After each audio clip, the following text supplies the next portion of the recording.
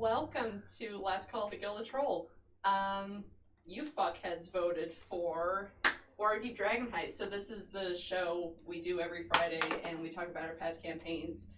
And you get the DM's point of view, because he's our perma DM, and you get the player's point of view. Welcome. And also we drink. Also we drink. It's Last Call. It's a theme thing. Our entire show is a we're tavern themed. I don't know if you've checked out our Twitch. What? The Gilded Troll originated in this campaign. It did. Holy shit, we get to talk about that. Yay! Oh man. Is that even on your list? Yeah, done. It's for the players to answer. Oh, okay. We ran the Yeah, it wasn't like it wasn't like I ran all the mechanics of how that worked or anything. We'll get there. I was gonna ask, was that actually in the module, but I think you use a supplement to run that part. But we'll get there. Yeah. Here, we're gonna start off with a joke. Open up the disclaimer and read the disclaimer from Waterdeep. Hey, I'm over by the bookshelf now. Neat. Showing off, flexing all your fucking 5e books. Oh yeah, here, show off the map. What's on the other side of that? I don't know. Disclaimer: the Lords of Waterdeep cannot be held responsible for the flogging, banishment, incarceration, or execution of adventurers who violate the code legal, nor are the Lords responsible for the actions of beholder crime lords, unscrupulous nobles, drow swashbucklers, and evil clones. Also, don't be alarmed by the colossal statues scattered throughout the city. They're quite safe and haven't gone berserk in years. Foreshadowing. Yeah. I think one might be a DM side. Yeah, there's player and DM sides. I vaguely remember that from Weekend at Waterdeep. Yeah, I remember that now. Yeah, I remember. You get to spend time holding that back up. Yeah, just hand. Happy birthday. Because that's right. We're gonna start off with a joke. Okay. Why is it called Dragon Heist? I don't know. Why? Because it doesn't make sense. Oh, okay. I mean, it kind of does, but... Okay, so the reason... Alright. Alright. Okay, so the name... It's called Dragon Heist because the story is essentially there is a cache of a ridiculous amount of money that you need to not steal but recover. And in Waterdeep, gold coins are called dragons. So you're heisting the dragons. But we all heist the dragons from a dragon, so how is that? Yeah, also, there's a gold dragon guarding them. Do you name a heist after the thing you're stealing? Yeah. Yeah? Yeah. Okay. Soul Train Heist. We named it after the thing we were stealing from. We didn't You didn't steal the train. Oh, dude, we should have, though. That's a good way to get the shit on the train. Just drive away. Yeah, I mean, if you guys were able to figure out the couplings, which, like, I kind of... That's not Dragon Heist. No trains in fucking Waterdeep. So... I didn't write down when it was released, but Dragon Heist is the predecessor to Dungeon of the Mad Mage, for anyone who doesn't know. Talk about the differences between overall themes and feels between the two modules. Like, do they even seem connected? No, not even remotely. Yeah. It's a total fucking... Yeah, come say hi. I was gonna say heel turn, but that's when a good guy turns bad. It's a total, like... Isn't that kind of what it was? The good campaign turned into a bad campaign? I mean, yeah. Yeah, kinda. But it's total whiplash tonally between the two. Dragon Heist is very get to know your city, get to know the people in it, make relationships, use those relationships, draw upon those relationships, move forward with the story as you feel like it. Like, our Dragon Heist campaign took place over the course of, I want to say, 9 months. Was it that long? Something like that. Yeah. So, does Dragon Heist... it might have been 5 months. That it's lead into Dungeon of the Mad Mage, or is it just one there's essential... So there's no guidance. There's zero guidance in Dragon Heist for how to set up anything in Dungeon of the Mad Mage. None whatsoever. So they seem really separate. They seem totally separate. There is guidance in Dungeon of the Mad Mage for how to adapt your Dragon Heist campaign into Dungeon of the Mad Mage. Which makes sense. Is that the only campaign, though, that they adapt? What do you mean?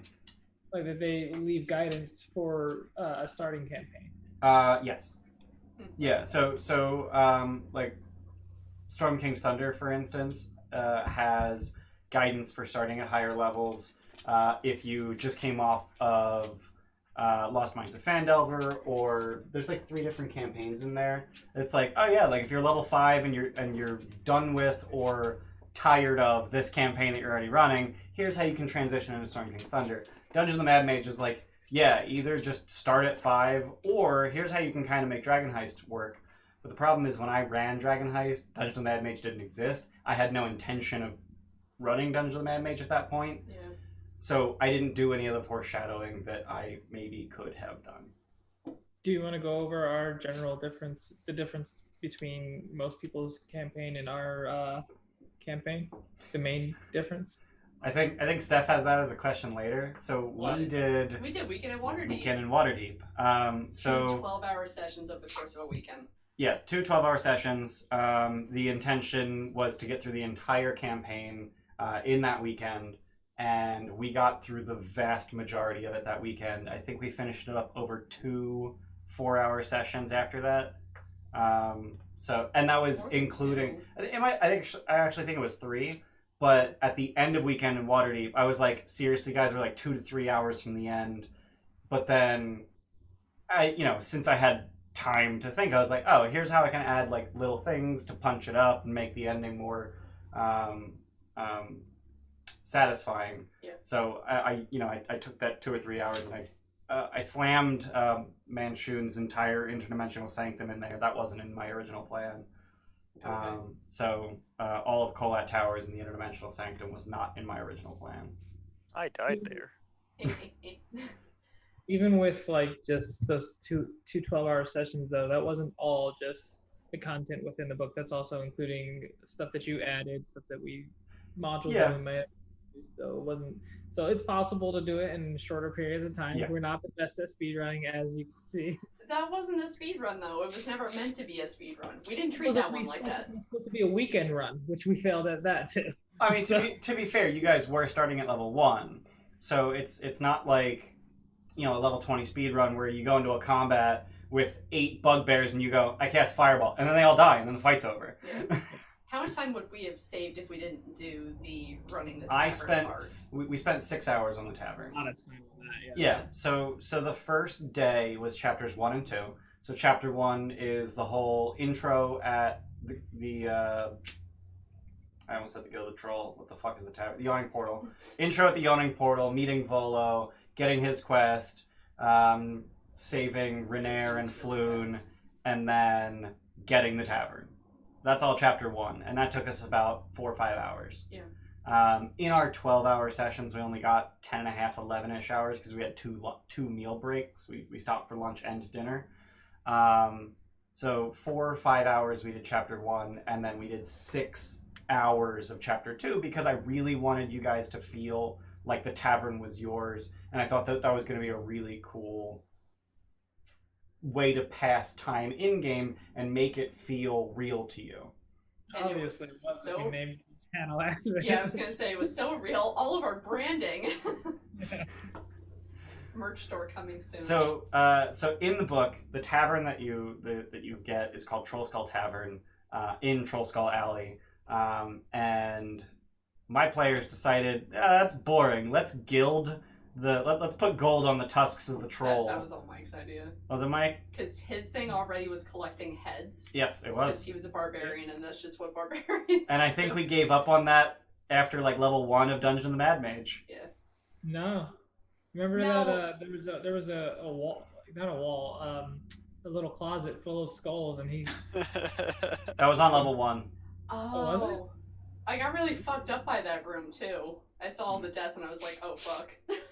Yeah, that was on level 1. Yeah. I remember that. But yeah, you gave up on that pretty quickly in Dungeon of the Mad Mage, mostly because carting heads back up would have been a pain in the ass. But yeah, Bag of holding. yeah. But you decided to put gold on the tusks of the troll, and then We hired one of those guys that lived on our street. Telesolvenar Fell Branch. Jesus. Yeah, that guy. You look so damn proud of yourself, too, for remembering that name. I don't forget things. It's how. You forgot my birthday. Excuse me. Yeah, I know. But yeah, you rebranded as the Gilded Troll. So then Fuck yeah. the timeline here is essentially we played Dragon Heist on, I believe it was like the weekend before Halloween. I know that it was in October because it was the Liars Night event in AL when we were still trying to pretend we were doing that. And pretend that was a thing worth doing. Yeah.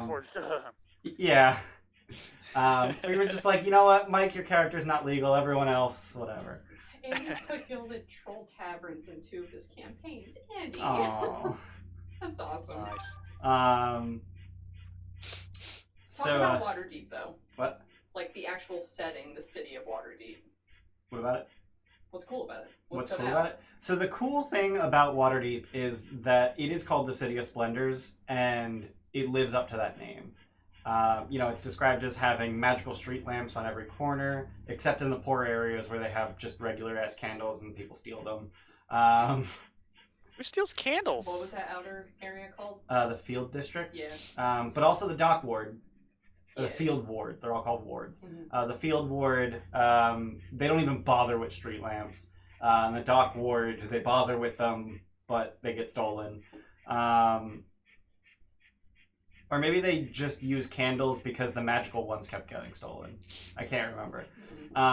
But there's all the guilds that make the world that make the city feel like there's actual infrastructure here, and we can interact with things that actually have effects. So there's like the Dung Sweepers Guild, which is just the funniest fucking name.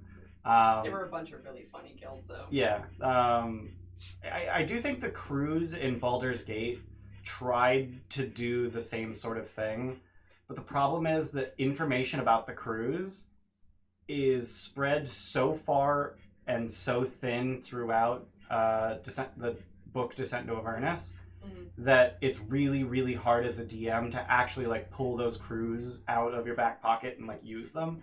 Whereas so many registered guilds. there are very many. There's like 50 or something, right? Jeez. Yeah, there's a lot of guilds in Waterdeep. And there's a large list in Dragon Heist. It's just, here's a list of all the guilds.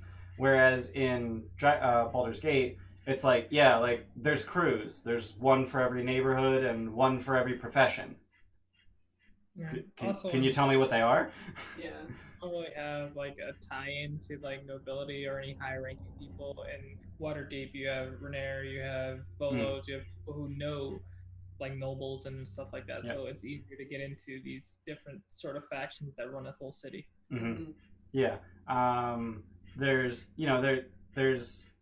and the other thing is like that's a good point. There's factions high and low and everywhere in between. So if you want to get in good with the nobles, the lords of Waterdeep, you can talk to, like you said, Volo, Renair, Mert. It's even possible to talk to Vajra if you want to join Force Grey, or Grey Hands, I guess, before you make it into Force Grey. And then, all the way at the other end of the spectrum, there's the Xanathar's Guild and the Zentarum, the criminal element in the city. And then everywhere in between, and they're actually tied into the story. Whereas in BGDIA, there's the Guild, which is essentially the Baldurian Mafia. Do you remember the Guild? No. Exactly. There's no way to tie them into the story. There's no hooks, there's no guidance, there's no nothing. They're like, yeah, Rilsa Rael. What in the fuck do I do with her? The beginning of Descent into Avernus with Baldur's Gate, it's probably written like, okay, this is filler to get you to a certain level. But here's the before you go thing. to hell. Dragon Heist is a level 1 through 5 adventure. The Baldur's Gate portion of BGDIA is a level 1 through 5 adventure. They should be similar in scope. When you make a whole book for a level 1 through 5 adventure, and then you try to make a book for 1 through 13, and then it's kind of hard to put like emphasis on a certain area when the whole thing is called Descent into Avernus.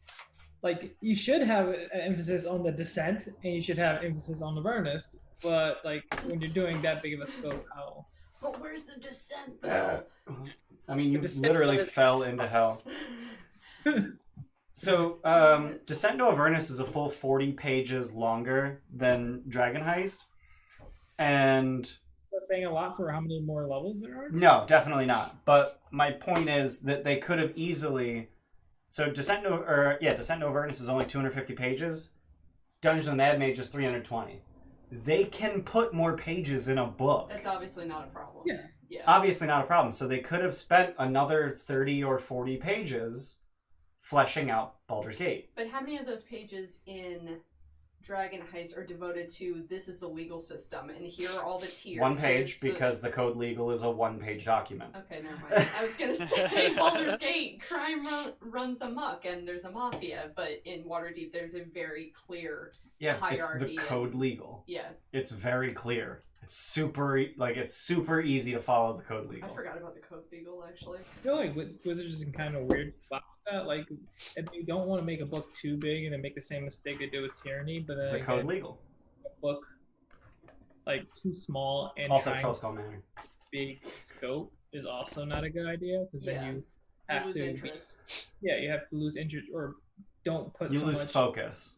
Yeah, don't put so much focus on certain areas. So there's going to be a bunch of low points and then one good point, where you have Waterdeep, which is a small book, but it only focuses on a small area. So you have those 1 through 5 levels where you can ram a lot of lore, a lot of role play, a lot of information to make you feel like you're really in it.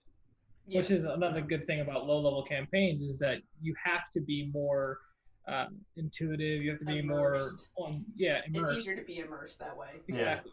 You're not city leveling gods. You're a bunch of know nothing adventurers. So you're in the weeds when it comes to being in a city. Yeah. You don't have the power to flout authority. And if you want to do that, you can, but you have to draw on the connections that you make with, say, people like Vajra, people like Renair, and stuff like that. We'll talk more about our characters in a little bit, but I think Zogrum was the only one who wasn't native to Waterdeep. But how long were you in Waterdeep? Were you? Yeah. Yeah. Did you do time? Before we do all that, how about we do the whole overview like we do for every campaign? Yeah. Just a general description. Actually, I want to talk about, so there are 4 seasons. Yep. There are 4 villains that you can choose from in Waterdeep Dragon Heist. Yep. Why did you gravitate toward Manchun? Okay, so there's 4 villains.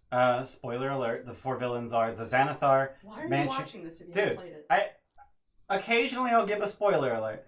The Xanathar, Manchun, the Castlanters, and Jarlaxle Baneray of the Brigand Dare.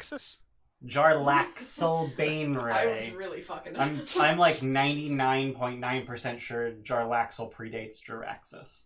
I hope he's a warlock though, because that sounds like a warlock fucking name. He's not. He's a drow rogue, swashbuckler. Fuck that guy. So those are the 4 villains.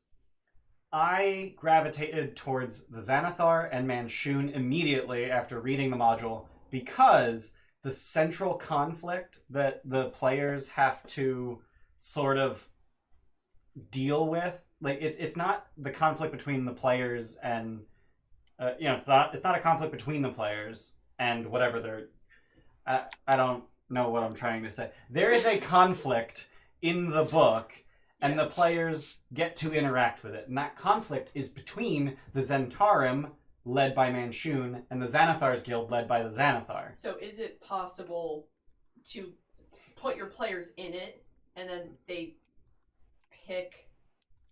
kind of lead themselves into what villain gets chosen, or does the DM absolutely need to go into it? I want this one. The players could totally pick one, but so the reason that I picked the Xanathar and Manchun as my short list is if there's already a major conflict between the Zentarim and the Xanathars, which why do both of those start with an X sound or a Z sound? Because fuck you. Because fuck you. That's why. Even though Xanathar is an X, they both start with Z. Shanathar. Shanathar or Xanathar. If there's already this conflict between these 2 factions, adding a 3rd faction in the Castlanters or the Brigandairth just seems ham-fisted. And since the book has come out, I've actually seen supplements on DM's Guild where they rewrite the central conflict to essentially be the Castellanters versus Brigandareth, which makes it much more natural to use either one of those as the villain. Okay. I'm also assuming that it's a lot easier to drop hints or like to lead pull your players into a certain area to give them interest when you already have something in the back of your mind. Exactly. And you had to know what your players are interested in beforehand. Right. Like the whole of Chapter 1, you're fighting against the Xanathar's Guild. Mm-hmm. All through Chapter 2 and 3, the Zentarum and the Xanathar's Guild are just there, doing stuff in the background. And you don't even need to interact with it. You just hear about it, you see the effects of it. Mm-hmm. So having them exist in the city and have influences there made it perfectly, it was just obvious to me that I didn't want Brigandareth, I didn't want the Castellanters. I wanted Manshoon or Xanathar. I would have gravitated, as a DM, I would have gravitated really hard toward the Castle Lanterns. You would have gravitated towards a family that you've run an adventure for. Dude, and still can't pronounce the name. And I didn't say it right once. Castellanter. Castle Lanterns. Castle Lanterns. The Capulets.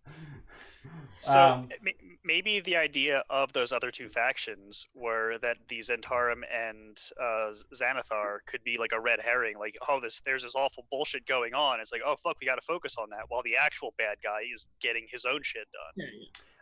I do appreciate that thought process. But you're wrong. But the issue is that But I'm smarter than the writers of the book. Yes. No, honestly, yes. The fomenting event that starts Chapter 3.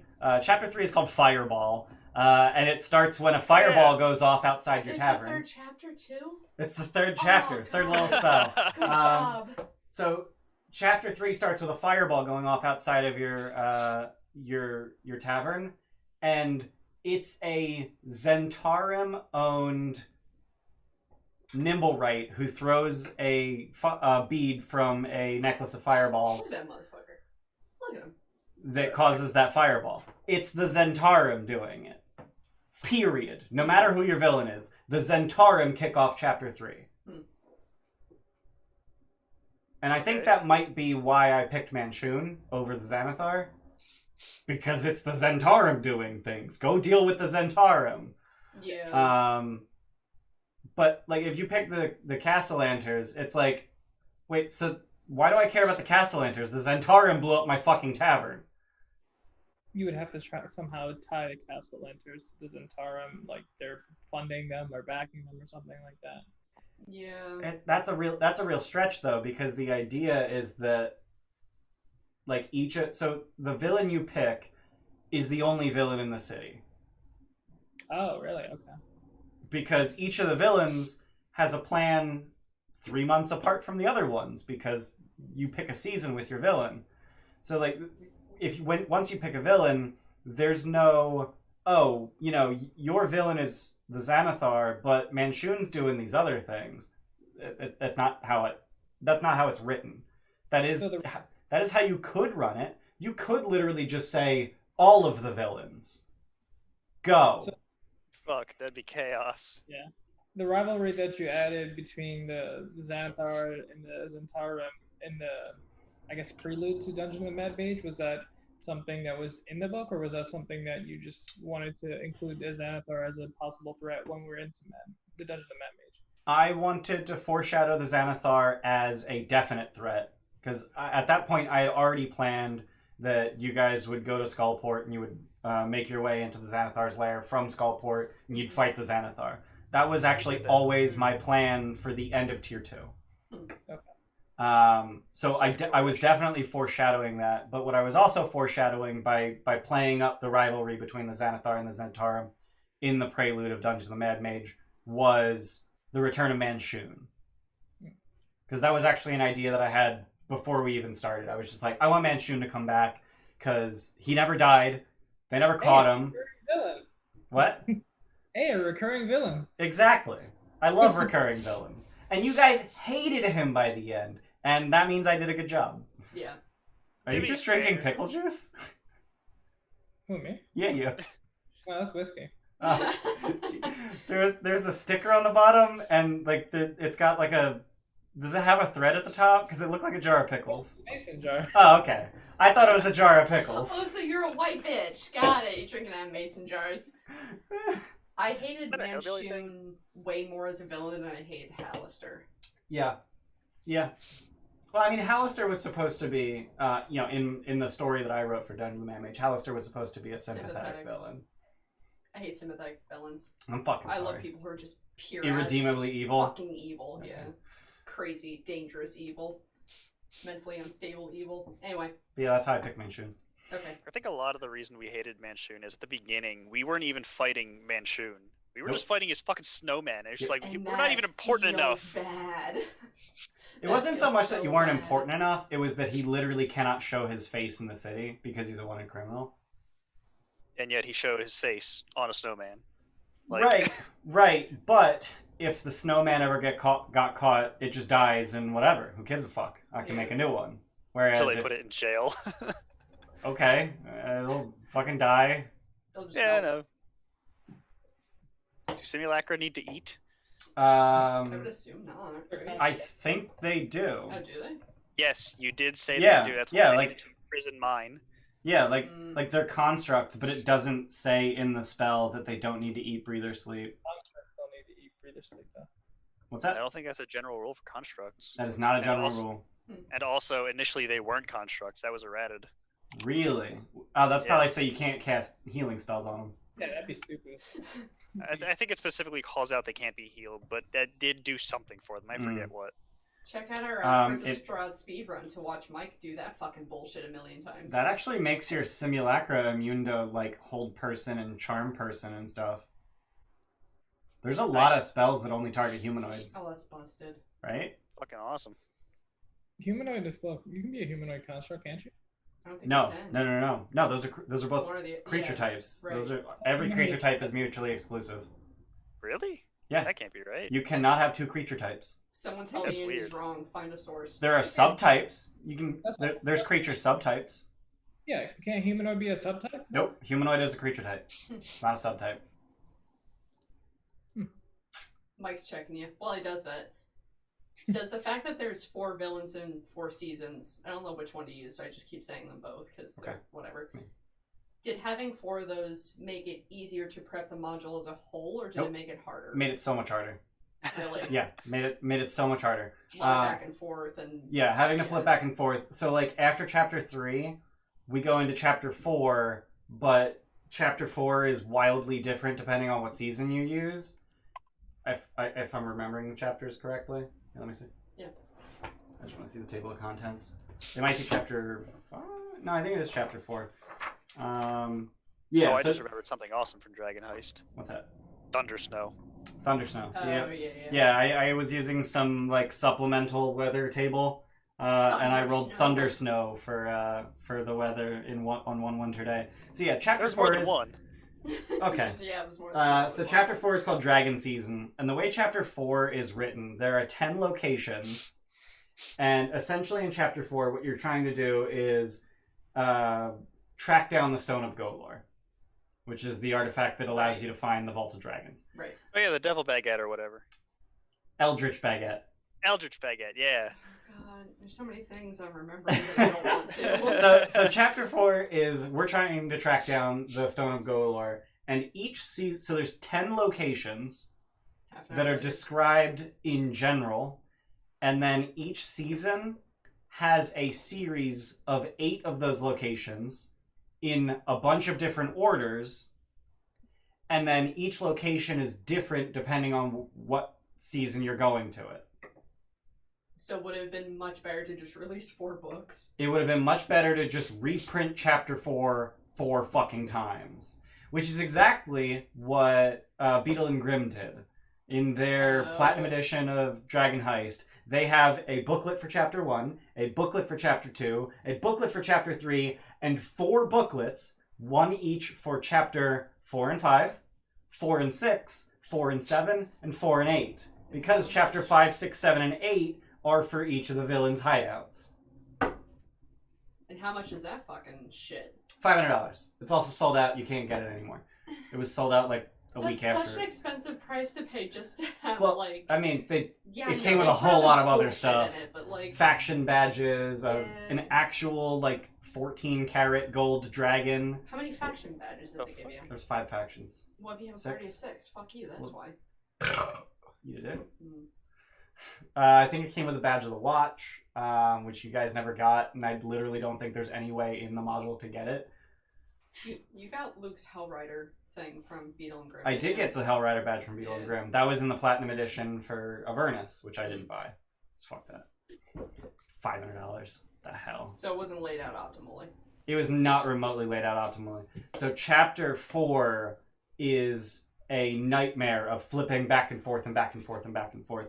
So encounter chains by season. Let me just look at this. So in winter you go encounter 10, then encounter 1, then encounter 5, then encounter 6, then 3, then 2, then 7, then 4.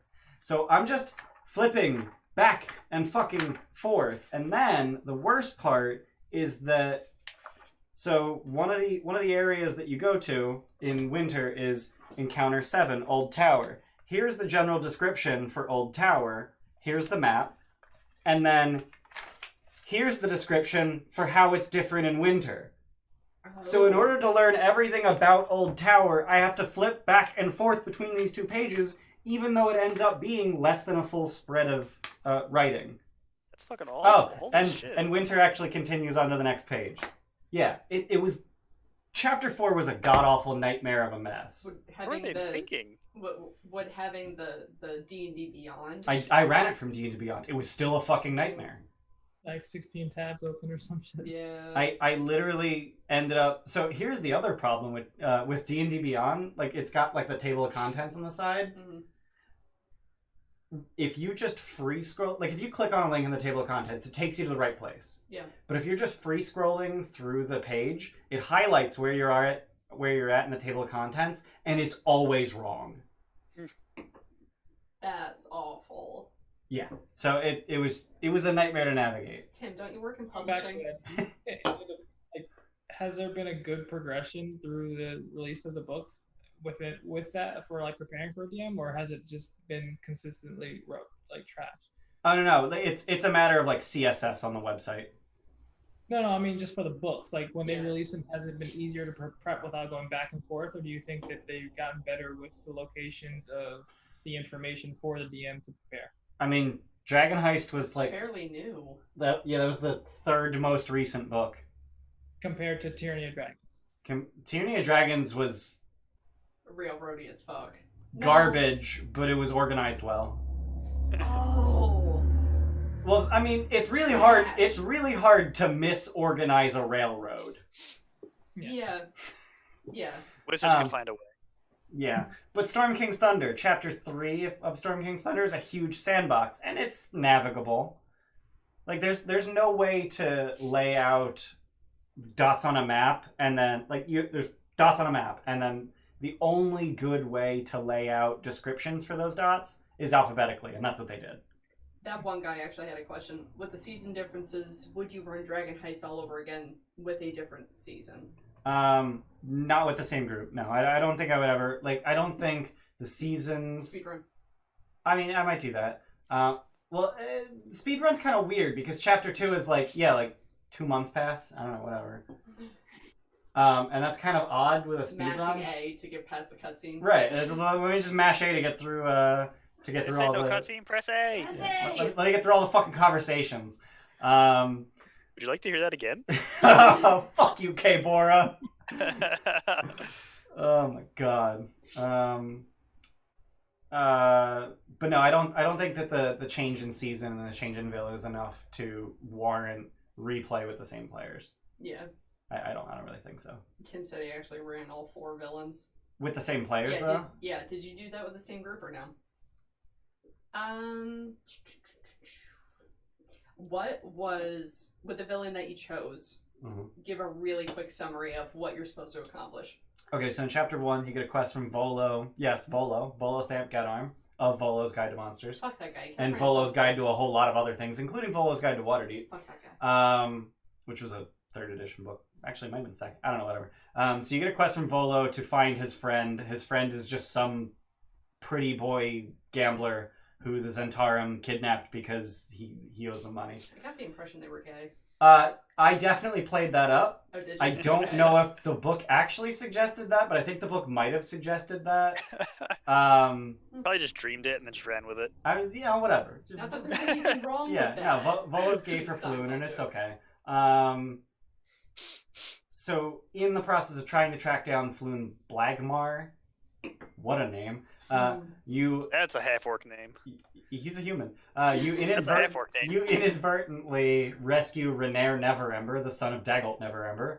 And then Volo goes, sorry, I can't pay you. Here's a shitty rundown tavern instead. So chapter 2, you presumably... shitty run up the tavern. You run up the tavern. You repair it, and you... They tried to rip us off her windows. They did try to rip you off her windows. Things I'm remembering. We did this all on loans. Yeah.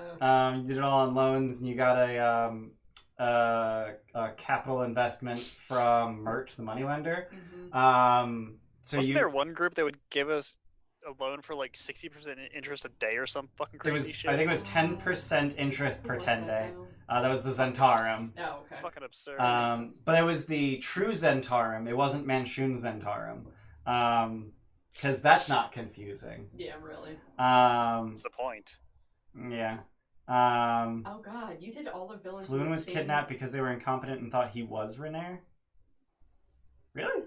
I don't remember that. He ran all 4 seasons with the same group in one campaign. Oh, what in the hell? You'll have to tell us about that later. Anyway, legit, every campaign made them gay.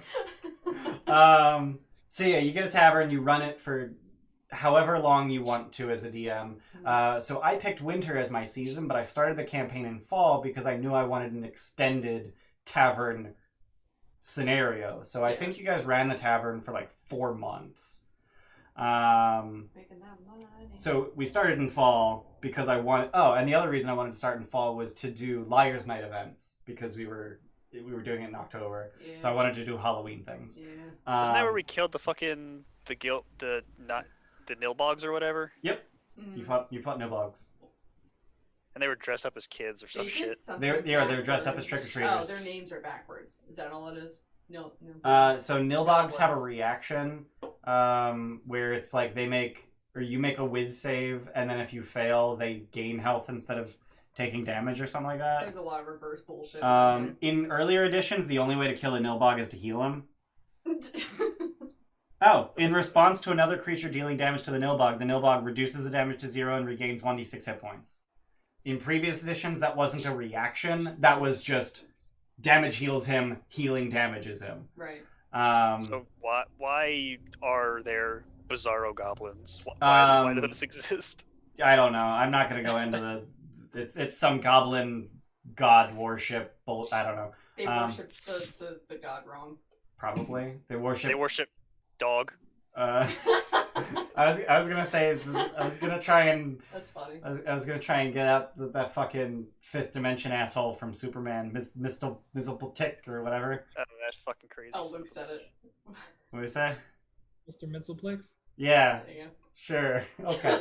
So you run the tavern for a while, and then a fireball explodes outside your tavern, and you find out that a guy had a magical artifact that can lead to a huge cache of treasure, and he decided to try and entrust it to you? There's no reason for him to want to do that as written in the book. I put him in Luke's backstory to make that make sense. You met him in prison.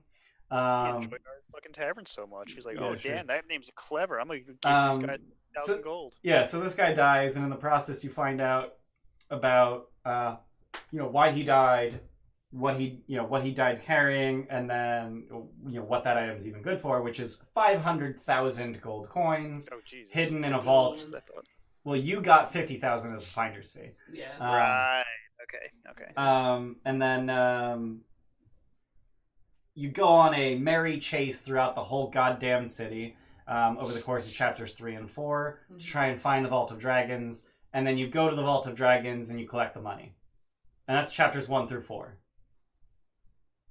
That's the story. There's also chapters 5, 6, 7, 8, which include the villains' hideouts and their goals. Right. But you're supposed to use their goals and like seed it into chapters 3 and 4. Dude, that's a lot of work. And then every single one of their hideouts is 100% optional.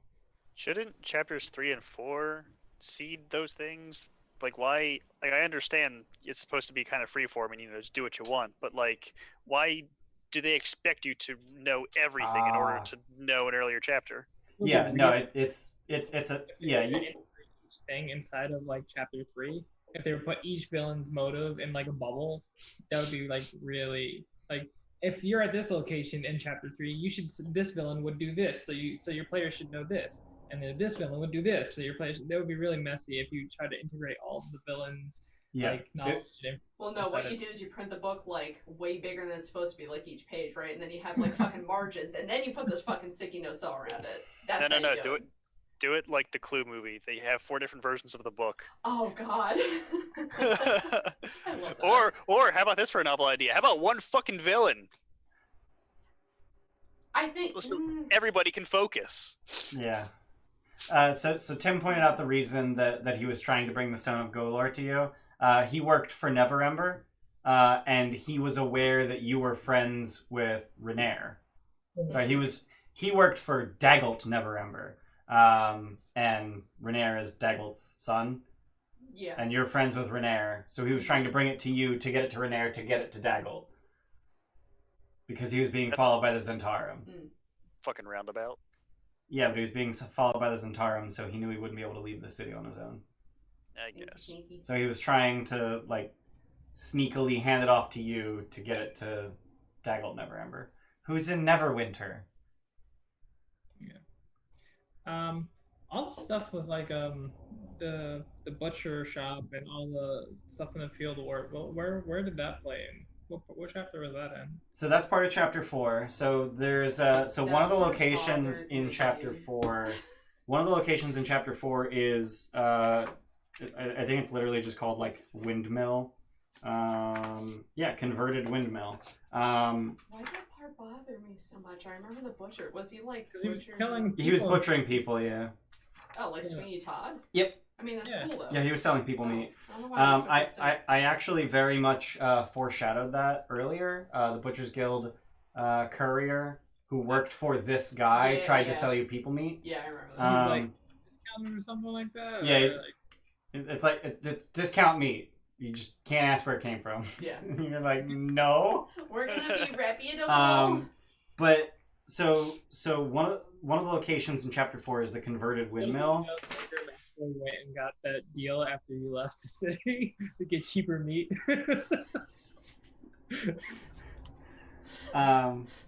So the Converted Windmill, in each season, it's actually, in most of these locations, this is the case. In each season, it's actually a completely different place, a completely different location. It's not just different per season, it's just a totally different location that happens to share the same map and layout. So in the spring, it's in the southern ward, and some dudes are upstairs. In the summer, it's also in the southern ward, and there's cultists. In the autumn, it doesn't even tell you. It doesn't even tell you what ward it's in. But it's owned by a painter, and then in the winter, it's a field ward owned by a dragonborn who sells people meat. Fuck that guy. So he takes homeless people in, and then lets them die of exposure because this windmill is not insulated at all, and then he chops them up and sells them.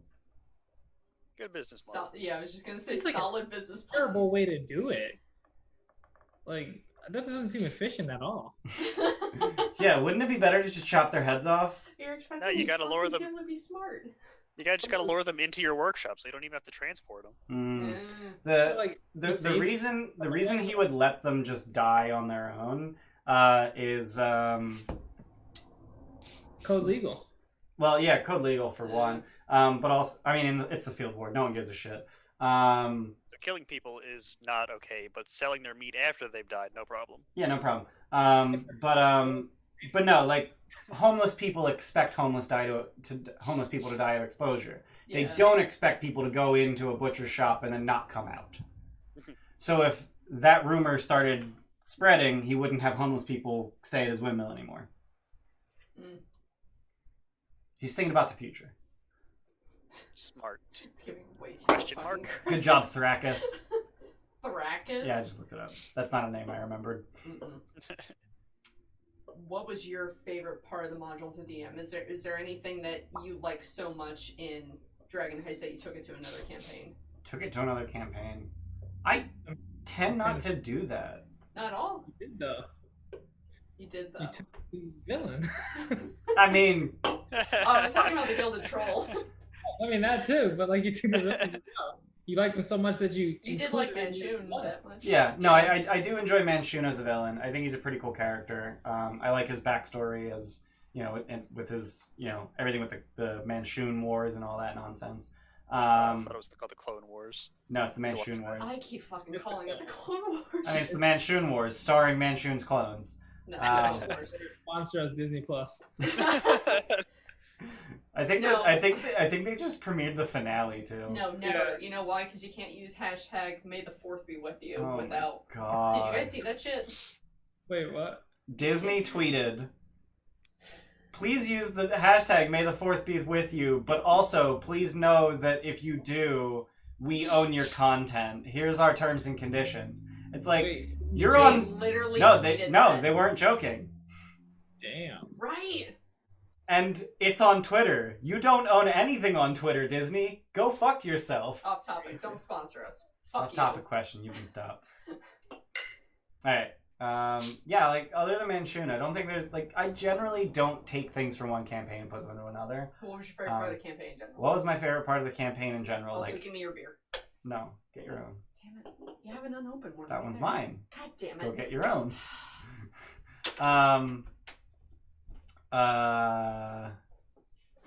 Tim, even if it only applied to the replies to the one thread they posted, they can go fuck off. It's Twitter, not Disney tweet fuck shit ass platform. Alright, you're getting mad. Wow.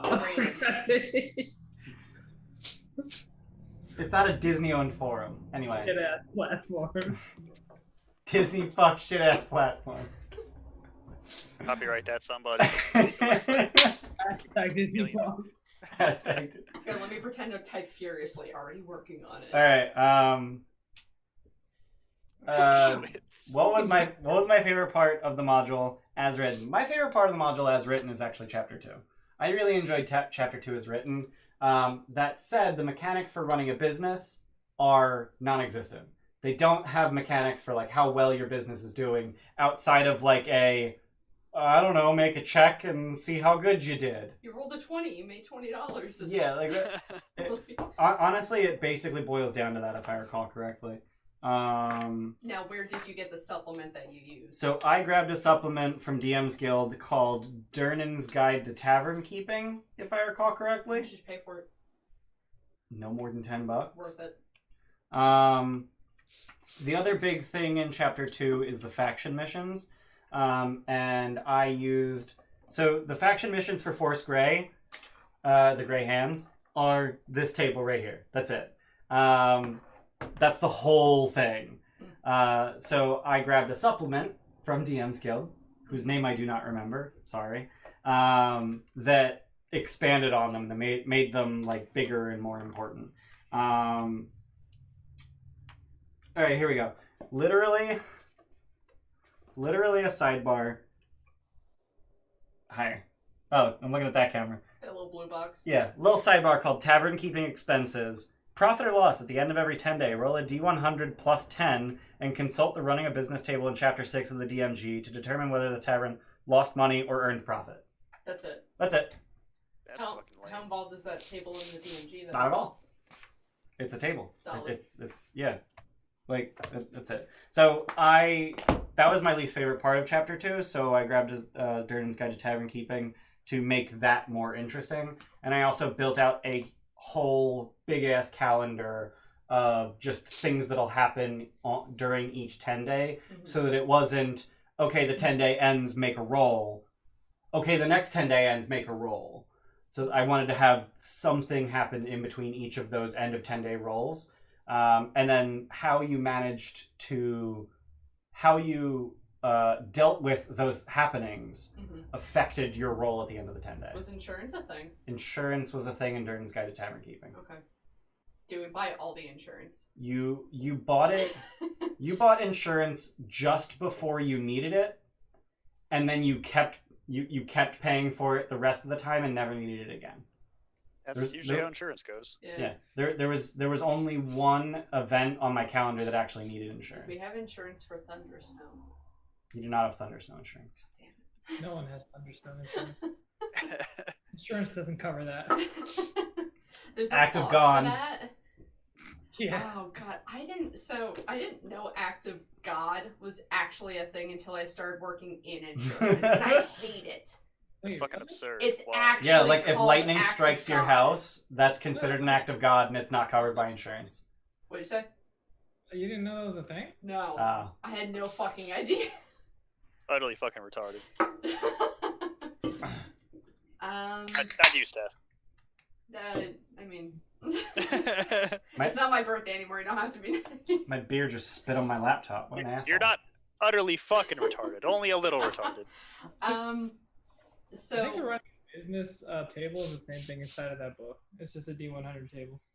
Inside the DM. really, Well, yeah, no, it literally says just use the DMG running a business table. it's just a table and a table. Why not just put the DMG table in that book then? Because that little sidebar took up less space.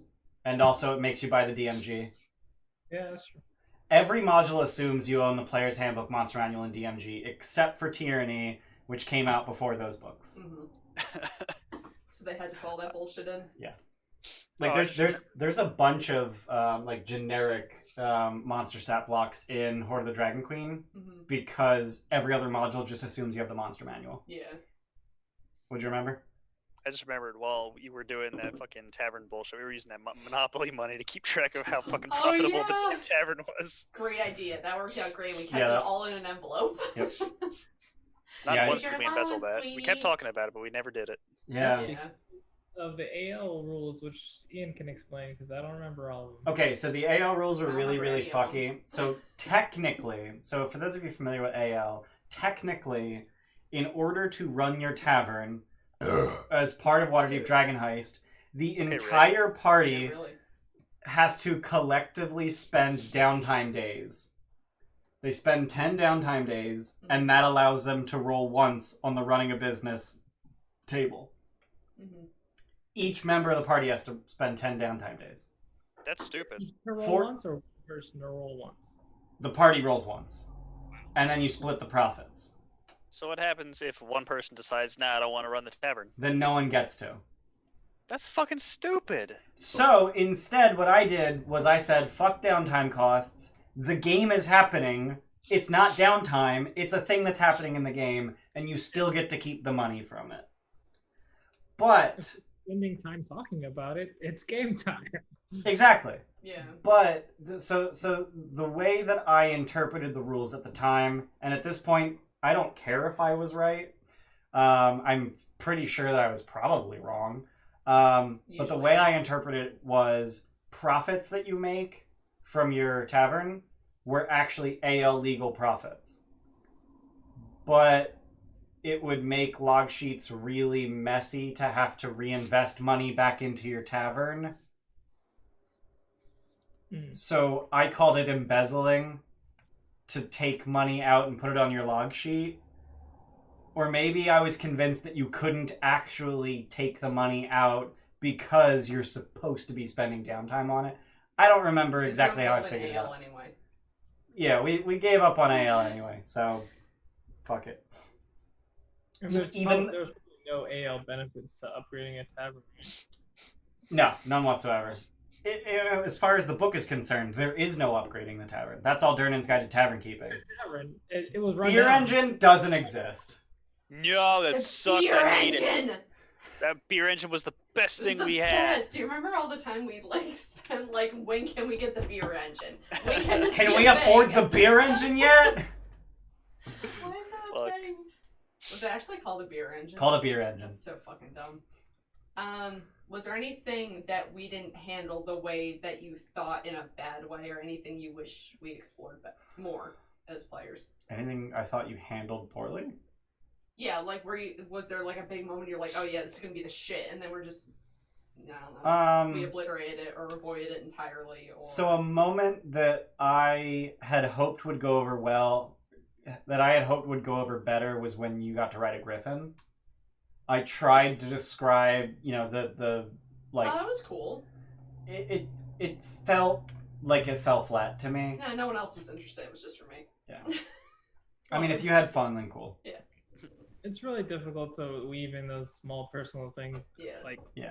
Steph makes a lot of characters that have specific personal goals, and those things are really difficult to weave into a character. Like if you build a character and the campaign goals align with the character goals, then it's a lot easier for the DM to weave it in because, hey, he's just running the campaign and he's adding a little few words to say your character might get a little more happy. But when you have sidetracked completely to do something for a character, it's a lot tougher. I had a conversation with Ian about Descent into Avernus, just a quick sidetrack, and he's like, well, what do you want Nixie to be able to do? And he's like, do you want her to go bad?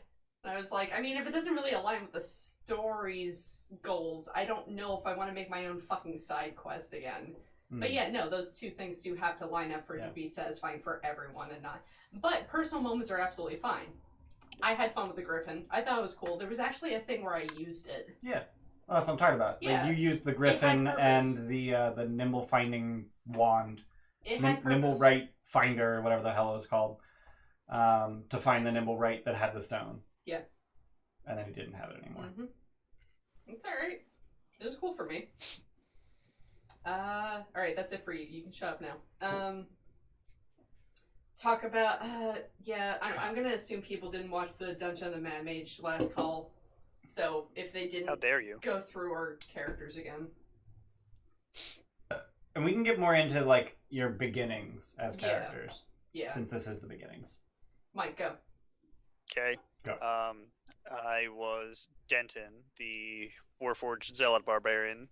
First Warforged ever created on the Toril? world. Toril, yeah. I wanted to say Tamriel. I knew that wasn't fucking right. That's Skyrim. Elder Scrolls, yeah. Yeah. First Warforged ever made on Toril. Made accidentally by my creator, Girder, Megan's character. But not really accidentally because later we found out god fuckery. Denton's whole shtick was figuring out what it means to be alive because am I alive? And he was a barbarian philosopher. And he joined the Scriveners Guild to be able to have access to all the books to read. Thinking back on it, you probably should have had keen mind since you're a robot and you do a lot of reading. Damn it. It is the Calligraphers, Scribes, and Scriveners Guild. Yeah, that guy. That's an int feat, though. That'd be a waste. My int was 8. That's as high as it needed to go. Oof. That's int or is it int quiz? Pretty sure it's just int. Oh, sorry. Scriveners, Scribes, and Clerks Guild.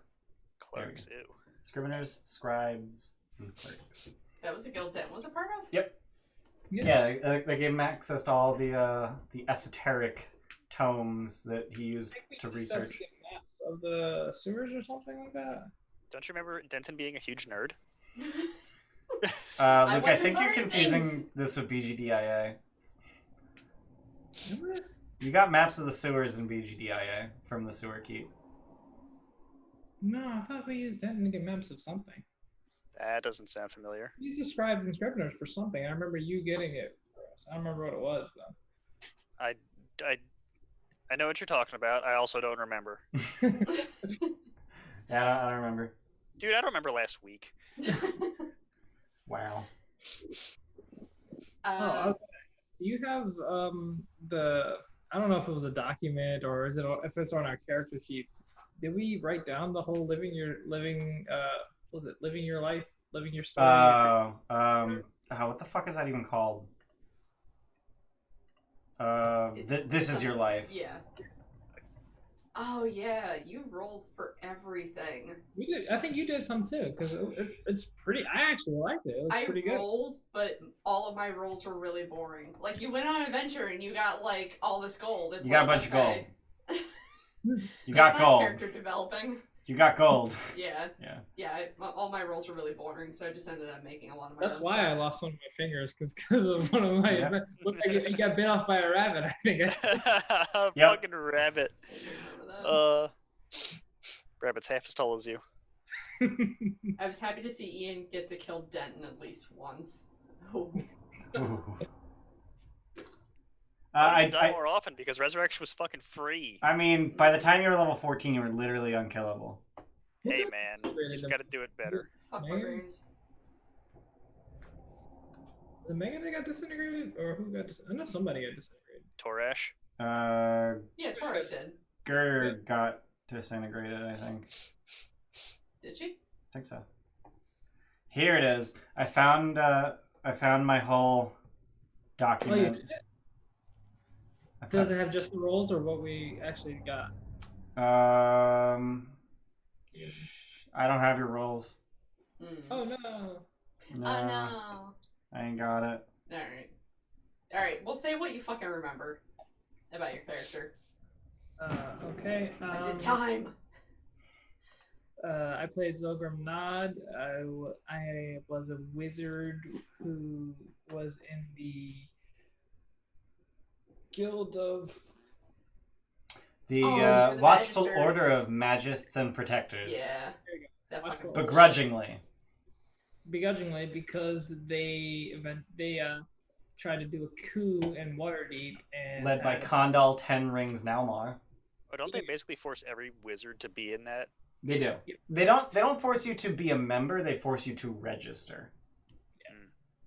gotta keep It's tabs on better you. to have more access. to Yeah, what it's they like you don't have to you don't need to be a member of the NRA, but you need a concealed carry license. do. And if you want somebody to fight for you, if you need a concealed carry, you might as well have someone to fight for you by being a member, right? Yeah, they do conscript wizards when they need to. So you're Ugh. Yeah, they tried to start a coup, and I was on the opposing side. Yep. But eventually, I got caught up in some trouble during the coup and was charged with some crimes during that. So high treason, in fact. Yeah. That's a good crime. So I was Yeah. in jail where I met my buddy. His name I forgot. and Yeah, I remember his name. You don't remember your buddy's name? Luke, he Yeah. might. That's more than 30 days ago. He became important. Dalakar. Yeah. Wasn't he the guy that died to the fireball? Yep. Yeah. Pretty Yeah. important. Yeah, he's pretty Yeah. important. His name is Dalakar. He's a rock gnome, which I think you were also a rock gnome. Yes, I was. Wait, aren't you a forest gnome? We're cousins. There are rocks and forests. That's why we're cousins. We're cousins. Okay. Mitzi is Zogrim's cousin, which is why she might go bad. But we're not gonna talk about that. Which is why she's an artificer, which is an offshoot of a tinkerer. Duh. Ooh. Fuck off! All gnomes are fucking tinkerers. I'm just Yeah. glad tinker gnomes don't exist in Faerun. Hey, I got tinkering, and you also have artificers, so you can build stuff too. So that's how we're connected. Duh. I am my own person. Obviously not. You make me that I Shut can up. do All what right, what else did you do? Anyway. Where was I? Oh yeah. Yeah, buddy. I got out of there. I forget how I met the whole party. I think I met You and me were Roll it. drinking buddies. at a tavern or something like that. Very weak connection. Kind of a weak connection. Girder and Den had such a strong one that I didn't know. Literally anything you came up with would have seemed weak in comparison. Yeah, Then mother and son, yeah, a little bit. yeah. And then if you made too strong of two different connections, it would just separate a party even more. So it's like, Right. Which is why it was fine in TOA, because it was just the three of us and we were all related. So it's like, okay, no one overshadows literally anyone else. Except Yeah. for the shadow sorcerer. Yeah, I feel like session 0 we've like struggled with consistently. When you don't Maybe I'm doing it wrong. No, when you don't have as heavy role players, I think it becomes a problem. Or like we're at with Descent into Avernus, we added new players, so we had to back a little bit, so it's a little more difficult. And then with Waterdeep, this is our second time playing with Megan, and I guess it was a little different. I don't know. Well, I mean, we didn't do a session 0 with Megan for TOA. We just kind of added her character to an existing party. I think Mike was the first one to make a decision. He said, "I want to be a Warforged barbarian." Yeah. Like off the bat. And I want to be Warforged zealot. Right, and then Megan said, "I want to build you." Yeah. And then it's like I don't know how else you integrate. Yeah, that's a very like two-way relationship. Like how do I get in here? How do I get in here? I could have been the furnace. I think I made some weak attempt I joined the Leatherworking Guild, which occasionally worked with Girder's bullshit. And then I really had no relationship with Denton other than through Girder. Yeah. Which Denton's name wasn't on the tavern, just to let you know. I mean, it was, but he wasn't a person, so... He was a bouncer, too. Man. I'm a real boy. Session 0 is really hard. It just is. And I think the more experience you get, the harder it is. I don't know. I mean, like, we fucking crushed it with TOA. Crushed it with TOA. Yeah, but Dragon Heist was after TOA. Weak. But, like, before TOA was also... I think it's just very hard, and you guys... Occasionally nail it. It's very hit or miss. Yeah. The problem is that if you have... It's very easy, like, 5 or 6 sessions into a campaign to say, yeah, our session 0 kind of sucked. But then what the hell do you do with that information? Would you classify yourself more on a beer and pretzels or deep role-playing spectrum of D&D? What? No, it's do you play D&D to socialize and have fun, you roll up a quick character and you just play, or do you really analyze your backstory and build upon it and make sure you're integrated with everyone? And no, it's a spectrum. Yeah, I mean, I don't think those two things are polar opposites. Yeah, I don't think those two things are mutually exclusive, because I think both. Yeah, no, honestly, I think I do both. I a major part of why I play D&D is to have a few drinks and have a lot of fun with friends. Oh yeah. But I also really, really enjoy role playing. But sometimes you're not in the mood to roleplay during a session either. It's like, all right, I just... No, sometimes I have a hard time getting into a specific character, but as a DM, I'm forced to get into that character right now. Yeah. So instead of role-playing them, I just kind of describe what they do. Yeah. Yeah, that's a really good thing to say. You don't always have to vocally role-play to be in your character's shoes. You don't have to put on a voice. You don't have to be the character while you're at the table all the time, because you are there with friends. You want to be yourself as well as portray the character when it's needed. But like that's how I like to see it. We are socializing when things happen relevant to the character or pivotal moments or something that would be based on the character's actions. Definitely go for that role playing, but that you also want to be able to enjoy your company while you're playing. And I don't know about anybody else, but if I try to roleplay too hard, I feel incredibly fucking awkward. And it's a very low threshold for me. I agree with you, but my threshold's way higher. Like, I have made an ass of myself frequently by getting very emotional as an NPC. Oh yeah, and there's nothing wrong with that. There's actually a good thing, especially for I know, but but I'm saying like my threshold's much higher than yours. Mine is so low. Because like I've gotten very emotional as an NPC and not felt awkward, but then at other times I'll feel awkward just like talking as the NPC. I'm just like, yeah, he tells you about this stuff. Yeah. Because like I just don't want to. I don't want to get into that character's headspace. That's how you know you have a character, though, because that you're so far into that NPC's mind that you Like there's something that you don't want to like bring out. You really don't want to be that vulnerable. Yeah. That's how deep you are. Yeah. Yeah. I had a really hard time with Roland in Dungeon of the Mad Mage for that reason. He was supposed to go through so much mental trauma. It's like, this is uncomfortable. Yeah. No one else wants to see this. I don't want to see it. Yeah. It's tough. Tim points out that as a DM, it has to be higher. His threshold changes depending on if he's a PC or a DM. I don't think my threshold changes. You've definitely gotten better as a player. Oh yeah, no, I think I've definitely grown as a player significantly, like in the last 6 I want months. to kill things. For instance, if you check out our Lost Mines of Phandelver speed run, I feel like I did a really good job of role playing Gideon. Good job, Joey, DMing that too. Yeah, good job, Joey.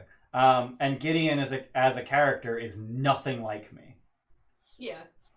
Oh, I'm so pathetic. Guys, you're so cool. You guys are amazing. Oh, tell Luke who that's based off of. Yeah, Gideon was essentially Sun Eater. Mm. Celestial warlock with inspiring leader. You guys And are so my great. inspiring leader speeches were like, oh, I wish I could be as cool as you guys. You guys are great heroes. It was really good. I Um, was thoroughly impressed. Stop it. Yeah. Just I the mean, entire time. less vocal fry, but sure. Sean asks, did I have to homebrew a large amount of the module? Honestly, no. Most of Dragon Heist was right out of the book. Chapter 2, I used a significant amount of homebrewing because I was just so fucking jazzed about running a tavern. So I had a plan for when you guys got the tavern, which was something like September 3rd, 25th or something like that. Actually, I think I have it in this document. Dude, stop. Thanks. It was October 7th that you guys start reconstruction of the tavern. And then on, oh god, Hammer 14, whatever the fuck month Hammer is. Harptos Hammer. I think it's February. I don't remember any of the weird months. I never knew them. Yeah. You guys just pick birthdays too. It was January. So October 7th through January 14th, I just had a whole lot of plans, a whole lot of events planned out. Mm-hmm. Just like, this is what happens each day. This is what happens each 10 day, essentially. Yeah. And then I used Durnan's Guide to Tavern Keeping to give you guys avenues of upgrading your tavern in ways that made more sense to you. You could make all of the the cost benefit analyses and then activities that you guys could do during those 10 days to make your tavern more successful and go about your goals, and all of that. And that was all homebrew. I just didn't brew it. Someone else did. I came up with the events, I should say that. But all of the actual mechanics, that was homebrew. I just didn't brew it. That was Durnan's Guide to Tavern Keeping from DM's Guild. And then I think my favorite moment, period, out of all of the events that I wrote was Thunder Snow. on Nighthall 26th. Nighthall being December. Emic Froon says that he's sorry for all the bad press that the players have been getting. He wanted to show that he's always seen them as friends and brought a gift to help. He brought a keg of the finest dwarven ale money can buy. It's a mimic. So Emic Froon he just walks up to the tavern with a barrel on a dolly, and he says, I'm really sorry, guys. Like, I wanted to totally apologize, so I got you a gift. I want you to have this barrel of ale. And that was totally unintentional. He just said mimic. I fucked up because I had been DMing for 11 and a half hours straight. Yeah. Fucking excuse. Worst DM. So, the point of it was, oh, cool, we got this beer for free from this dude. Let's, throw it on the shelf. Because they didn't have I think you had the beer engine at that point. Yeah. But I probably would have come up with some bullshit for why it couldn't be hooked up with a beer engine. Just so that the keg was actually in It's behind the way bar. cooler just to have a fucking keg. It's like Yeah, into that. just how it's way cooler. Yeah. So the plan was essentially the mimic starts attacking people and it ignores you guys and just kills patrons. And it was how many patrons die before you kill the mimic. Yeah. But they turned him in and dude gets arrested for attempted murder and his assets are quickly sold and distributed to the deceased surviving kin if anyone died, and to the players otherwise. Assets are worth 500 gold pieces. 200 gold pieces goes to each family. Is that the were-rat guy? Yeah, he's the guy who hired were-rats. Got it. Oh, that was the other funny we were thing. Super fucking He racist hired toward were-rats after that. halflings. You were racist to halflings because Yeah. he hired a bunch of were-rat halflings Oh, we're terrible people. to join your tavern as employees. And for some reason, I don't even know why, you guys are like, I don't want any halflings. No halflings. None. None of our employees will be halflings. And I'm like, how did they avoid the were-rats? We There was just got another up to thing. 11. Something had to happen with halflings that made us decide that. I think it was literally you guys hated Emic Froon because you moved in and he was just a smarmy asshole because he had a tavern across the street. I think you assumed they worked for him. I think so, yeah. Like, oh shit, they're working for that guy. Don't fucking, they're gonna stab us in the face while we sleep or something. Racism prevails. Yeah, I think it really boils down to we're racist fucking assholes. Racism prevails. Fuck you, level 3 drows. Oh, God. Oh, I didn't, what was Gerder's character? We didn't get through the characters. Gerder was a forge cleric of Gond. She created Denton. Mm-hmm. That was essentially her whole shtick. Now, she's a role player and invented this giant fucking Gerder was 368 years old, and Megan wrote a lot of backstory. She was in Waterdeep. She had 368 years of backstory. Yeah. She was adopted by some pages. human nobles. She eloped with a dwarf. Yeah. Had a family, and then the spell plague happened, and she came back to Waterdeep to help with the spell plague recovery effort. And then she never left, and she just abandoned her family out in the middle of nowhere. Also, at some point, one of her children died as an infant. I don't know. Oh, yeah, no, she admitted to shaken baby syndrome. Oh, yeah, she did admit that. In Into Dungeons and Dragons, she admitted to the shaken baby syndrome. No, I was gonna say suck it, Sids, but okay, fuck. I mean, and that's a good point. If that's we didn't know a lot about Gerder's backstory, but that was fun for Megan. Yeah. Oh god, Roland was a teenager dragonborn paladin. He was 16. He was a Which grandmother. Which is a little bit older for a dragonborn. No, they lived to 60. Make a teenage character again, Steph? What? Will you ever make a teenage character again? Absolutely not. Never again. Whose mom went missing after dad died. He was a part of the watch. The guard. I don't even know what your dad did. He might have been in the guard. And then I was raised by my grandfather, who was like some higher up in the fucking watch. He was a ward civilar in the watch. Yes, so he was a resource during the campaign and gave me absolutely fucking nothing, and that's absolutely fine. Yes, Tim got it. What? I'm 16. I'm a grandmother. I smell like beef. Come to our Discord. We quote Vines all day. We quote Vines. Oh. And I want to be the Nixie's Griffin. technically a teenager at 90 years old. But she's 90 years old. Like if she was 115, I'd give you that she's technically a teenager. But just because someone is 1/6 or to 1/8 of their race's max age doesn't make them a teenager. Yeah, she was raised around humans and elves and stuff like that, so she matured at their mindset, not at the Dragonborn's mindset. Right. So Newteal was a middle-aged teenager. Yes, he was a middle-aged teenager. He was what, like 15? 15. 15. Life expectancy of 30. Yep. Eric Coker is so dumb. Especially people. since parrots live to 70. Parrots? It's like 100. Parrots live to 70. I want a parrot. It will outlive you. I want a parrot. Crazy. My belonging's gonna go to someone when I die. Might as well be the parrot. Dog. Will I eat you when you die? I'm 12 days old, Squawk.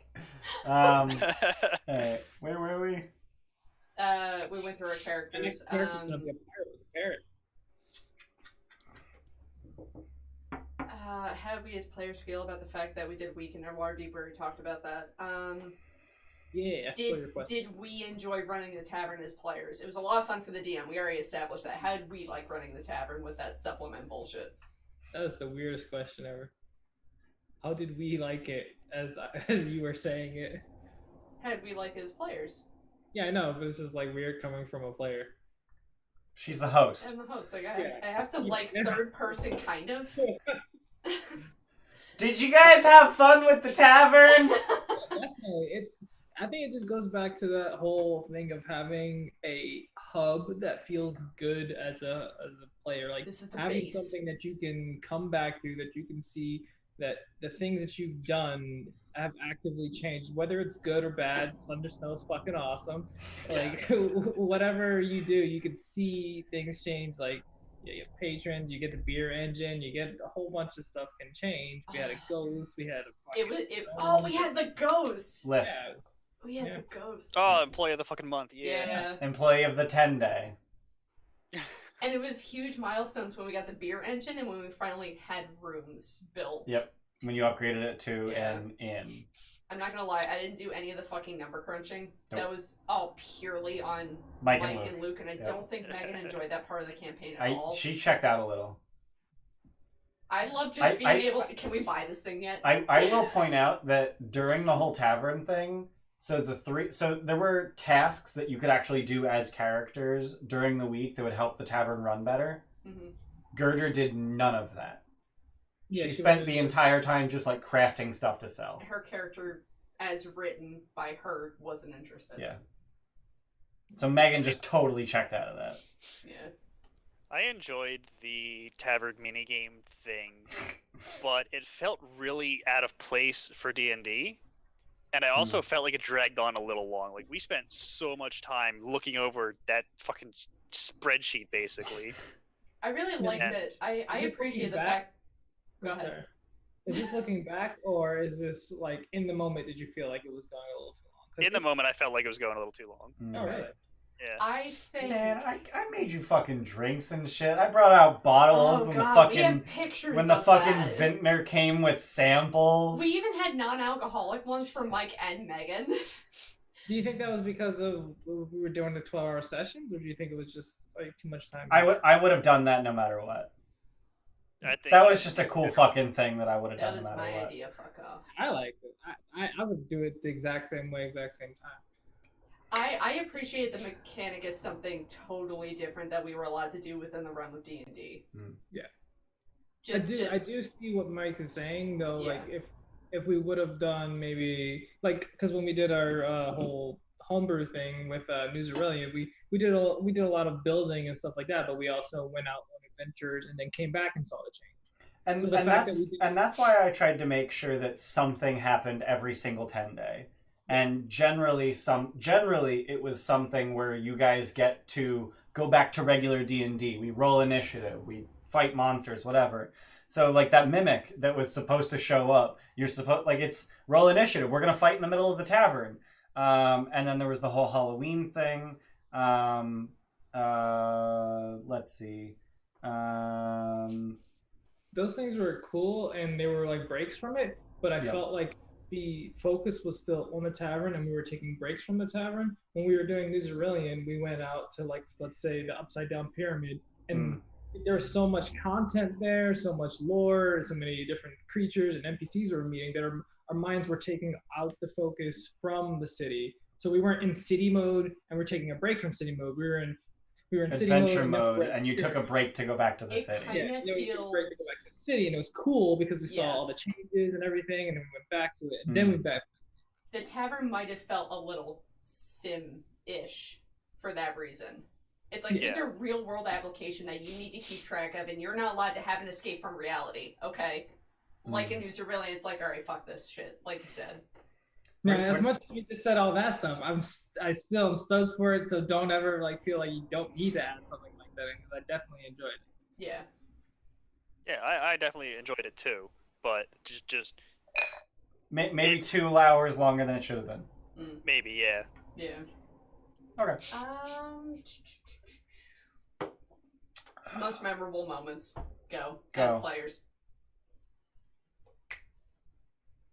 Oh, as players.